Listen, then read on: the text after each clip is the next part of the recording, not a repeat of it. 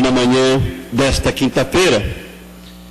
Saudar de forma especial os nossos companheiros, irmãos de farda, sargento da reserva remunerada, Moacir Sesco, e também o cabo ainda na ativa, cabo René Bru, ambos da cidade de Mandaí, lá no extremo oeste catarinense, que estão na capital para, na tarde de hoje, prestarem depoimento em defesa do subtenente Flori, que aliás é o nosso chefe de gabinete, no Conselho de Disciplina. Mais um daqueles 40 e tantos que estão no Conselho de Disciplina por terem reivindicado a Lei 254, e outros tantos que estão na estrada para apoiar, para dar depoimento em defesa, outros tantos que estão na estrada na condição de escrivão, de autoridade processante, de encarregado, de defensor, etc. Isso contribui também para agravar a falta de segurança pública na sociedade catarinense, como a gente já falava ontem. O jornalista Carlos Damião perguntava onde é que estão os policiais. Já são poucos para a necessidade que existe, e aí nós temos centenas, talvez mais de 1000, que estão desde o mês de janeiro priorizando e preocupados principalmente com o ataque e com a defesa nesse processo de inquisição que temos vivido na nossa Polícia Militar especialmente. E não se trata de criticar a instituição, e sim refletir sobre uma política estabelecida pelas autoridades, que aliás autoridades que são cargos de confiança nomeados pelo governador Luiz Henrique. É disso que nós estamos falando. A instituição todos nós gostamos, nos emocionamos por ela, matamos e até morremos por ela. E ainda não estou conseguindo, deputado Grando, caminhar para frente, inclusive aqui no meu discurso de plenário, porque todos os dias eu me sinto obrigado a trazer uma matéria de jornal para falar desses assuntos. E a capa do Diário Catarinense de hoje traz uma matéria de um assunto interno da segurança pública, com a seguinte chamada: discurso abre ferida entre civil e militar. E o assunto é: declarações do comandante-geral da PM foram motivo de moção de repúdio dos delegados. E aí é a matéria principal do Diário Catarinense de hoje. Nós conhecemos esse assunto, a matéria está na página 44. Nós estivemos no Centro de Ensino da Polícia Militar naquele dia 17 de setembro, há 15 dias atrás, exatamente, na formatura do curso de aperfeiçoamento de sargento. Infelizmente eu não ouvi o tão falado discurso, justamente porque eu tinha um compromisso, uma palestra lá na sede da Celesc, no auditório, para a Associação dos Prefeitos, Vereadores e Secretários Municipais aqui do Estado de Santa Catarina, e saí naquela hora.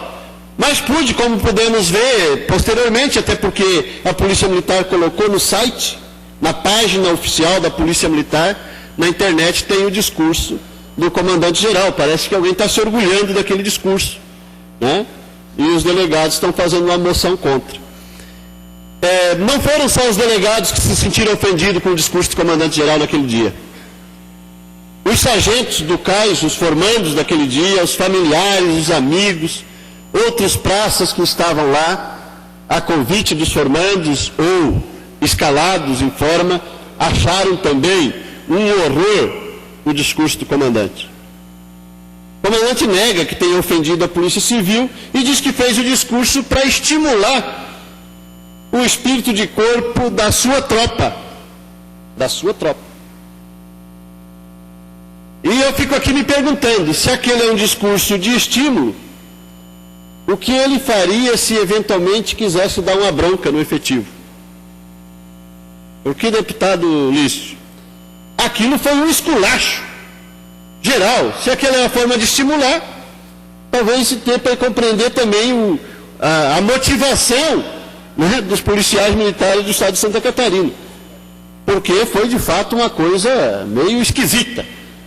O secretário de Segurança estava lá, inclusive conversei com ele, inclusive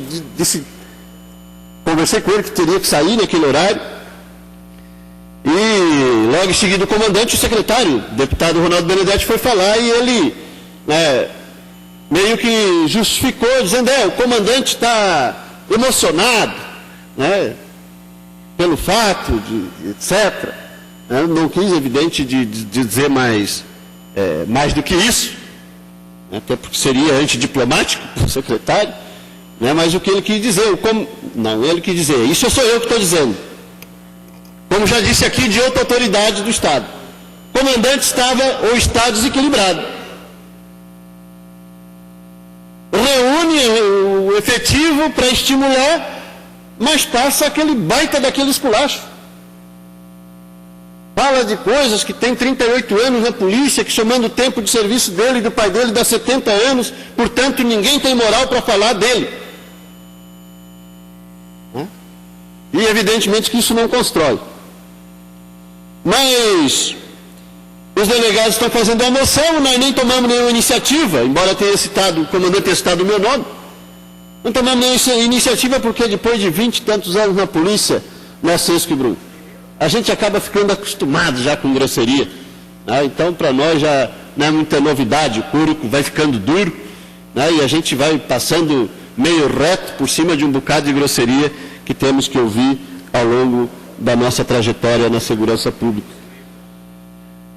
Estou devendo aqui uma fala sobre uma questão que foi debatida bastante essa semana aqui e que volta à tona na Assembleia Legislativa sempre quando ocorrem as calamidades por causa das chuvas, vendavais, tornados, enxurradas de granizo, etc.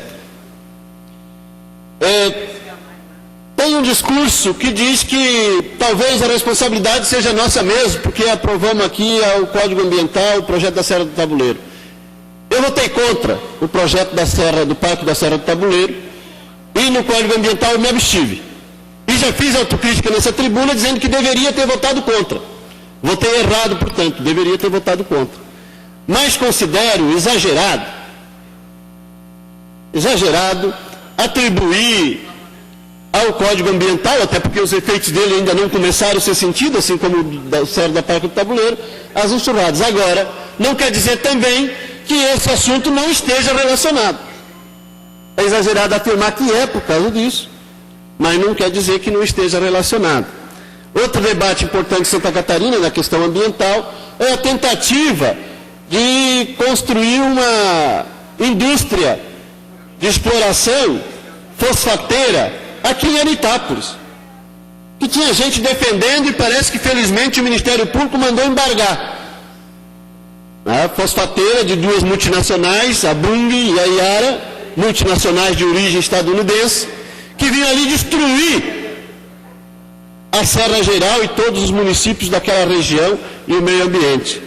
Evidente, e essa me sobra 1 minuto e meio, evidente, o deputado Grande sabe disso, que não passou a ter tufão, furacão, tornado em Santa Catarina de graça. No sul do Brasil, aliás. É uma política, aliás, uma situação mundial, uma responsabilidade mundial da gestão do uso dos recursos naturais. Alimentar 6 milhões de pessoas, não se trata de fazer aqui um discurso fundamentalista, porque produzir alimento e condições de vida, de transporte, deslocamento para 6 bilhões de seres humanos que existem no mundo, não se faz com uma meia dúzia de batatas, vamos dizer dessa forma, deputado Ulisses. Portanto, é preciso tecnologia, é preciso indústria, é preciso organizar. Agora, isso está sendo feito de forma irracional, subordinada à lógica perversa do lucro, como prioridade elementar e máxima, e as questões ambientais e sociais são sempre relegadas a segundo plano. Nós precisamos discutir muito mais sobre isso, ou senão vamos destruir a possibilidade, inclusive, de vida na Terra, se não refletirmos melhor sobre isso, e a gente volta a esse debate na semana que vem aqui neste... Próximo orador inscrito, o deputado José Natal Pereira. Vossa Excelência tem a palavra por até 10 minutos.